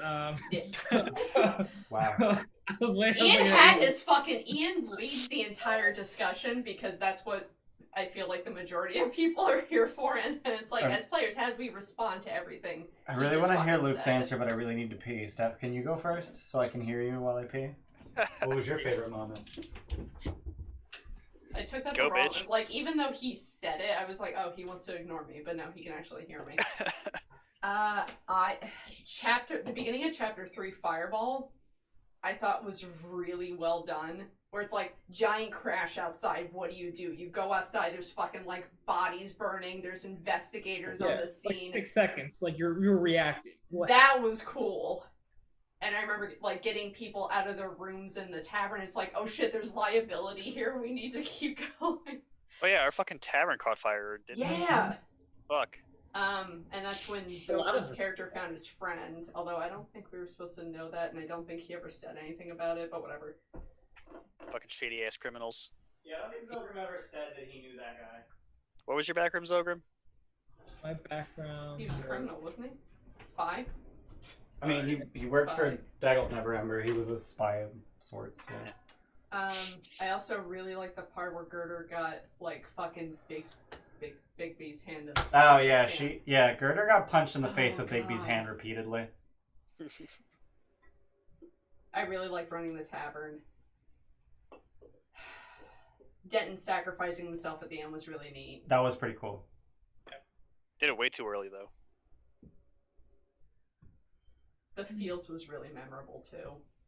Field board? Yeah, you did a really good job of making Dockboard it was feel pretty great. cool too. What? Dockboard was pretty cool too. There was that moment with that old lady. Wait, what did you say? The dockboard? Was that the shipping board? Dockboard? Oh yeah, the Zentarum guy was trying to smother his mom. Yeah. That like, it got real for it. You don't remember that? Yeah. It got real for a little bit. Yeah, I remember that. No, there was some really good, like, points where it felt like a little more than real. Mm. Yeah, those are mine. Alright, Mike, Luke. Mine would be either Thunder Snow because it's just so fucking goofy. The things you fucking remember. Or you do know that Thunder Snow is just, like, it's a thunderstorm, and also snow is coming down. That doesn't happen! It's actually the name of a heavy metal band I'm putting together. I have never seen a lightning strike during a snowstorm. So your lived experiences are the entirety of humanity? Yes. Yeah. Oh, okay. There's a name for that. Egocentrism? No. Narcissism? Yeah. There's a philosophical profile that solipsism? Yeah, that's a different thing. A little bit. So whatever. Either Thunder Snow or the fucking mimic kerfuffle, because like just it's so fucking dumb and hilarious, and it's so great. Not Denton sacrificing himself. That happened too early. I wanted that to happen later when I could actually survive forever for a little bit. But you did what was needed. Yeah, and it was okay. Isn't it cool when things happen not on your watch though? Like not on your own time, where it's like, oh shit, I'm not ready for this. Go in. I think that's cool.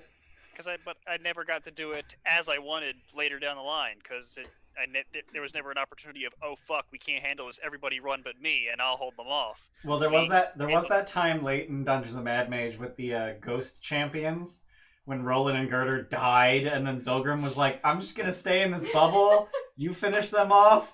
Well, that fight was just stupid. The fight was dumb. That fight was more difficult than the Tiamat fight in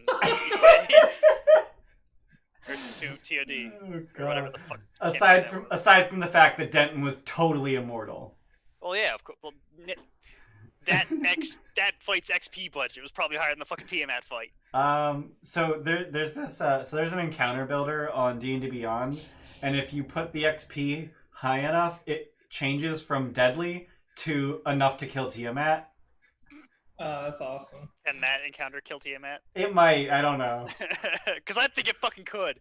Tim, Yeah. there are no Dragon Heist videos. We played Dragon Heist in October through November of 2018, and we started streaming January 2019. So there are no Dragon Heist videos. Sorry. But yeah, the thing was, Denton was supposed to hold off the enemy while the rest of the party could leave, Right. and fucking survive for a fucking minute because rage or however, whatever the fucking mechanic he had was. But that happened at level 4, so I was like, oh, I mean, rezzing is free, but whatever. Yeah. What? I was down in 2 turns. Yeah. What? When do you get I Can't Die? Isn't that 14? 14 is the Zealot can't die. I want to say 11 is the DC can't die. Oh, okay. Maybe earlier than that. Oh Damn, my Samus. God. The Yeti is picking up Samus's panting. Yep. Yeah. Get that bitch an air conditioner. Where is she? When did we find it? Oh my god, she's on her back. When did we find it? Was that Manchun's Tower the one that we find initially that had like the force field around it? Or was that not? Am I thinking of something else? There was a tower that we found that had a force field around it. Yep, that was Manchun's Tower. Okay.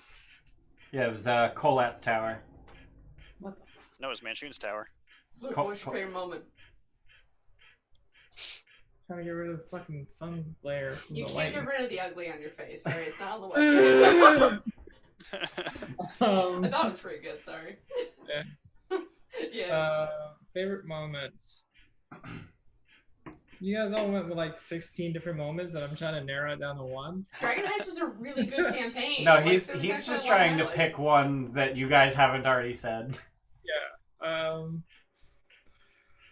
I think Dungeon the Mad Mage was very more interesting for Zogrim. Yeah. Dragon character-wise. Heist, not so much. Is that where he got the slippers from? No, I got the slippers from Vajra. It was one of their gifts. You got the slippers from AL because AL. Oh. You also got a fucking huge ass arm. That's a thing, but that was Dungeon of the Mad Mage. Yeah, Yeah. no. An orangutan arm. Yeah. I think. Not to be mean, I don't remember a whole lot of Zogrim specific things. I remember Zogrim cooking the books. Yeah. That was an ongoing joke, Yeah. yeah. I mean, I loved the whole tavern thing and all that.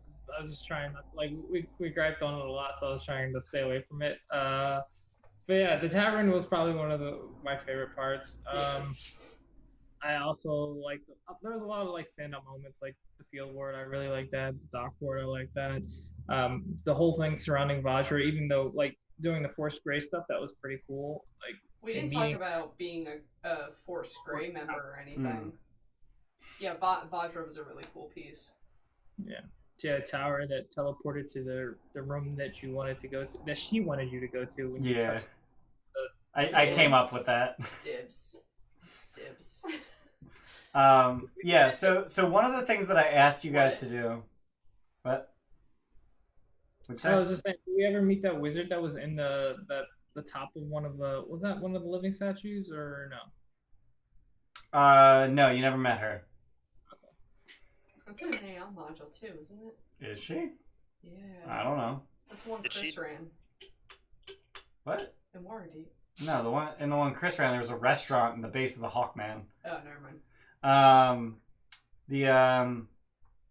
But yeah, so one of the things that I asked you guys to do when we were starting Dragon Heist was pick a faction that all of you are interested in joining. Mm-hmm. Pick one.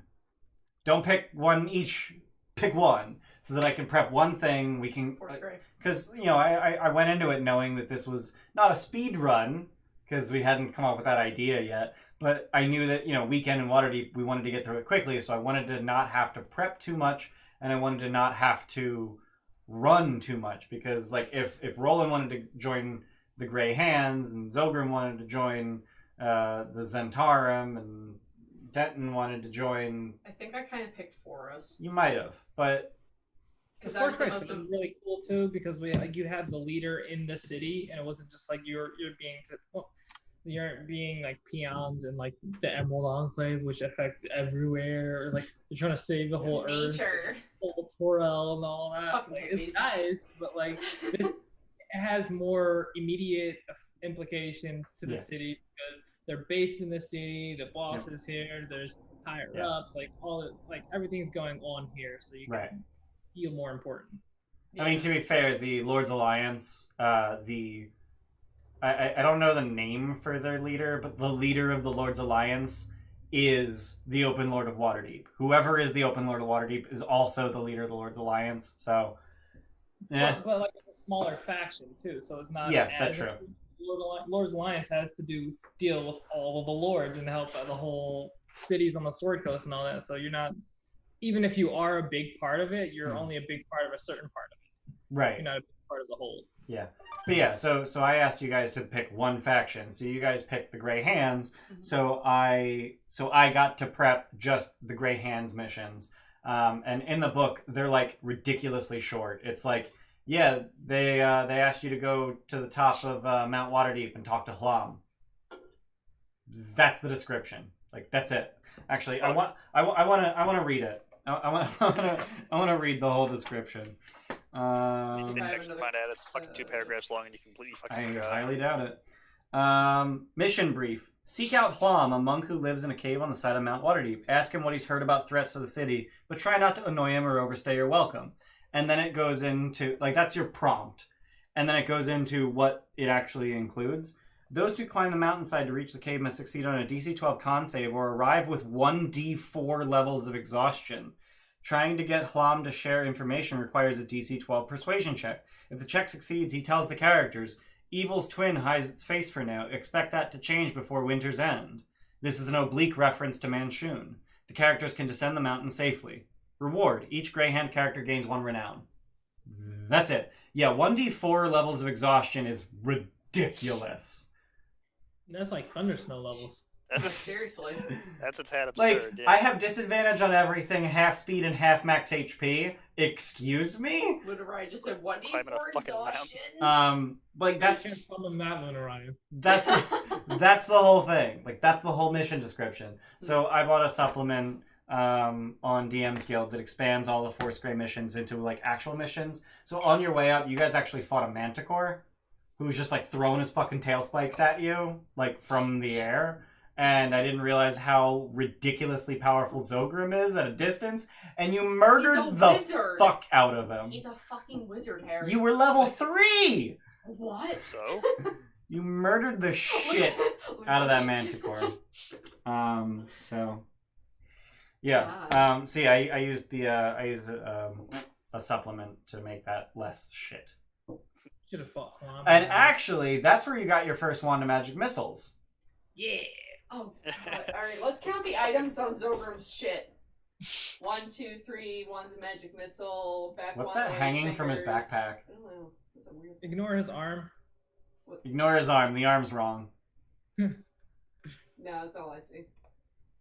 I don't know what that weird thing is on the corner, though. Let me see. Oh, yeah, where'd that new character arc get to? What do you mean? For fucking Mad Mage. I decided not to. Oh, really? Yeah, I didn't want to pay for it. Yeah, we said it on the Discord that if you wanted to continue with that on a personal, with your character level, like, feel free. Yeah, so as we were ending Dungeon of the Mad Mage, I was like, yeah, it'd be really cool if we got this art and we, like, published it, like, shared it with our viewers, like, this is how our characters have changed over the course of Dungeon of the Mad Mage.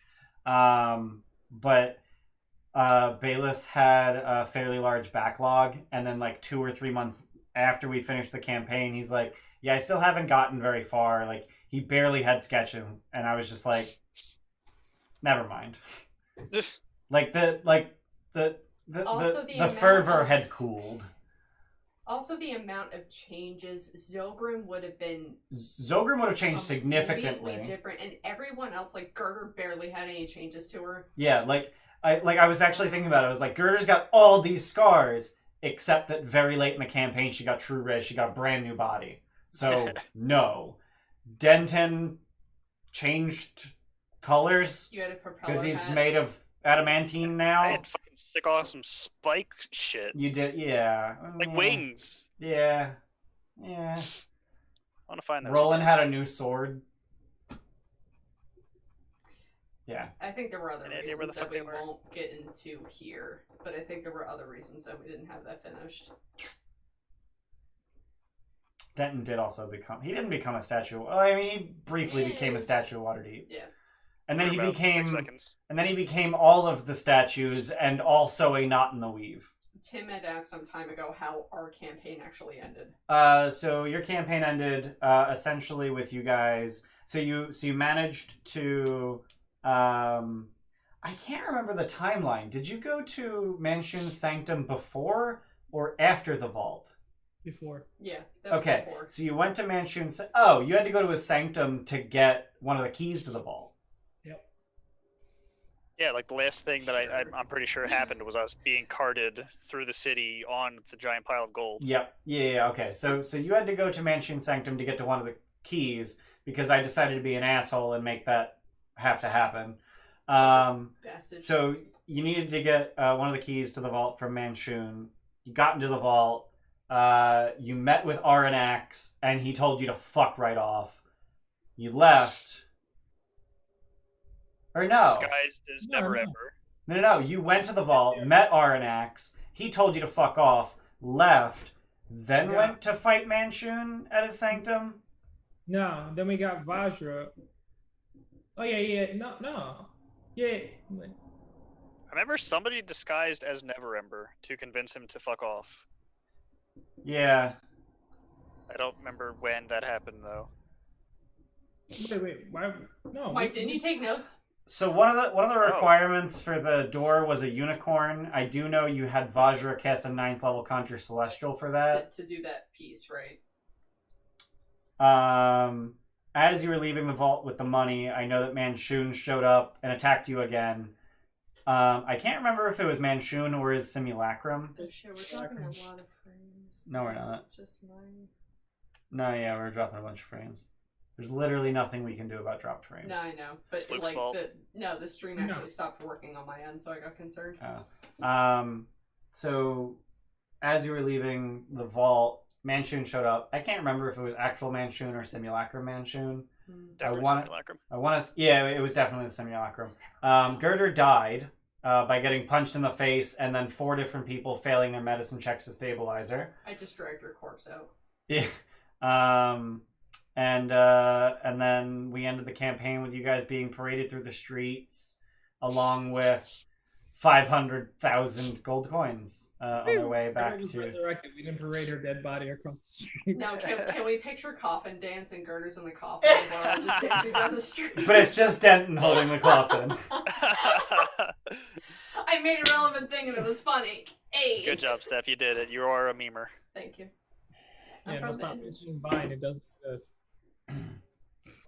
But Just because compilations on YouTube. That's all but- I need.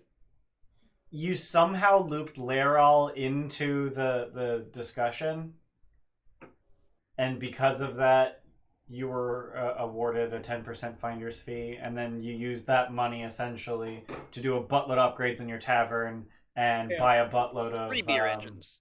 Yeah, and buy whatever equipment you wanted for the starter dungeon, the Mad Mage. And pay off the rest of our crippling debt. I think you'd already paid it off by then. Yeah, That we debt were, was Do we were we? making money on money. that debt was Yeah. not crippling at all. Oh, okay. We No, paid that off after like 2 months. Yeah, Bert was so mad. Mert was pretty mad. Yeah. You want another He fucking one? eats free whenever he wants now. Like, who the fuck That's right. cares? Yeah. Yeah. Well, he doesn't own us. He don't We give him own the slop though. I think that's all I really have. Wow. D&D economy lacks logic. It does. It does. It can't exist. Like 1 gold coin buys you bread for like a year. Like what? Did What you the see fuck? what that one guy put? That's what you need in Descent into Avernus, actual car beer engine. Not Screaming Souls engine, we need beer engine. Got it. Except that would probably be even worse because you can't get beer. But we It would also taste like piss. But when we actually do The shots beer would of taste like Ichor, piss. I feel like it's actually more alcohol appropriate now instead of like these weird ass drugs that actually change your appearance. Any level 10 adventurer could wreck an entire region's finances. Also, any level 17 wizard could just wish for 25,000 gold. Every day. Every day until he loses that ability to do so. Man, what am I doing wrong with my Oh, yeah, life? that is I could just a be one on through the- Or you spend 2,000 gold or whatever the fuck it costs to make a simulacrum, and then have the simulacrum wish for 25,000 gold. Why would you? Yeah, but can't That's you? step 1 of 16 of fucking Ewan. Well, Yiwan was able to be infinite because of the Tome of the Stilled Tongue. No, you could do it without that. I It mean, wouldn't he be could. as It would, effective. yeah, it would just take way the fuck longer. Way the fuck longer, or you have simulacrums without. 9th level No, you spell could- slots. Yeah. I mean, all you have to do is go like wish control weather for a farm for like a little bit, and then like, hey, you pay me, and then that Pay funds your me. simulacra right there. I mean, plant growth is enough to, like, what is it, triple the yield of a field? Yeah, but you start off with wish control weather for good stuff, and then you say, hey, pay me or I fuck your shit up with thunderstorm. No. Frostbite ain't never coming back. Oh, Jesus. Can we talk about how plant growth is one of the fucking coolest spells of the game? Plant growth is It's awesome. So underrated. It's so good. It's so It's like one of good. the only. I think it's the only spell that has multiple cast times. It is the only spell. Yes. So weird. It's so Very cool. weird. So we do this on Fridays, and we're slowly Running out of pretty- topics. Pretty Ooh, quickly ooh. running out of topics. I can do a poll on Twitch. I learned how to do Oh, that. you learn how to do that? Oh, Alright, damn. cool. There's gonna be a poll on Twitch. You fuckers are gonna vote for what you want to see next week. Wait, don't we only have one thing We to have do next week? 2 topics. Oh my god. What should we cover next? I have ideas for past that, but that's it for Storm modules. Kings. Well, I mean, we can move into or do we want to finish all the modules first? Let's All the finish some modules. We Yeah. need to talk about Storm King's Thunder. Yeah. And no one. Tim's just like, I want homebrew. Okay, Tim, vote for it. I'm going to allow additional votes at a cost of 100 bits or 1,000 gold. Ooh! We're gonna do Wait, this. can I vote? Can I use my bits for that? That's such a stupid use. Can I have a better use for my channel What about points? Lost Mines? Please. Oh, yeah, we haven't done Lost Mines. We never finished Lost We Mines. did with Joey. That doesn't count. Okay. Yeah, we All should right. play Lost. We should Let's play keep Lost running Mines. Level 20 characters. I have started No, we already the speed poll, ran it with Joey, I though. think. Did Oh, did Lost anyone? Mines? Yeah, he's What does that take? 2 hours? Do you guys see the poll in chat? It was like 6. Yep. Okay, cool. No, Joey as a new person to 5e speed ran Lost Mines, and he did a fantastic fucking job. I thought you guys just ran it. I didn't know you speed ran it. Yeah. Well, we peer pressured him really hardcore into speedrunning it. Wait, can I repeatedly vote with my infinite channel points? No, Wait, you're no. not allowed. No. No, God, I- let you vote I'm multiple not- times. I thought that was you could get another option. Oh my god, that's fucking stupid. No, you vote. Yeah, no. If you wanna throw channel points or bits at it, you can vote more times. As a I've got 10,000 person- channel points. I could just vote Storm King's Thunder 10 no, times. this is such a stupid. Mike, fucking watch the other game and do a summon or something. That's not as fun. 10,000. Do a fucking Wait, inspiration you or only an have ad 20. 10,000, Mike? Threw 2 crits at you at some point. Okay, that's Ooh, 10,000 We're tied at fees. 4 and 4. No, don't let Storm King's Thunder win. I hate that campaign, please. You don't see an Let me option just- to vote multiple times? I definitely Wait. checked it. There you go. There you go, Steph. Oh, was that you? Did Mike just vote Why did you repeatedly? play us so I bad? just threw 3,000 more points into it. Alright, let me do my plug. Everybody shut up. So, Oh, Tim's on mobile. No Dude, wonder he can't I see. just fucking stop. Alright, we do this every Friday at 7 Eastern Standard. Our next time that we're streaming is Sunday. We're playing Dungeons and Dragons versus Rick and Morty, so go watch that. It's possibly the last Probably session the that last we do one. of You're that you're one. you're about 2/3 of the way through. Mondays you can watch Prep with Ian for I Descent prepped to TGDI. Avernus, which is on Wednesday. All the times are down below and on our fucking, like, when you Sick. first log into our Twitch. If you're on channels or- YouTube, the only thing that's going to show up is when we do last call. Check out our Twitch. That's Yeah. when we do things. If you're on YouTube, what do you care when we actually stream? Yeah. And then join the Discord Video, because we it'll be talk out on there. sometime. What? Watch the video. It'll be out sometime. Yeah, I'll upload it eventually. Eventually. Quarantine's hard, man. Alright. Join the Discord. All the players, well, not all of them. Most of the players talk on the Discord, and some of us are on there all day, every day, so. Thanks for joining. Thanks for joining us. Should I hit the end stream button? It's looking like Storm King's Thunder. Fuck. Yeah, Storm King's like I think I did like a 5-minute poll and we're like 2 minutes. No, left. we have mic notes for that one though. Oh, we got mic notes. We have mic notes. Fucking text. I mean, we had mic notes for Tierney, didn't we? We did, and we referred to them. We should have went through snippets of it. Oh, what? I said we should have went through snippets of it for Tierney. Someone just dropped a shitload on News Aurelian because it's 16 to 8. I think it's Tim. I don't have enough channel points to beat this. Damn it, it's Because bullshit. Tim really wanted the homebrew to win. I've only got 7,000 more points. I'm so glad I enabled that. You fuck. Although if you hadn't enabled it, it would have been like 3 to 5 in Aurelian's favor. Tim says it wasn't him. I don't believe you. I think it's Mariah. Oh, really? You want to hear about our homebrew? Z, do I need to make it 70 votes to 16? Oh, Jesus Do Christ.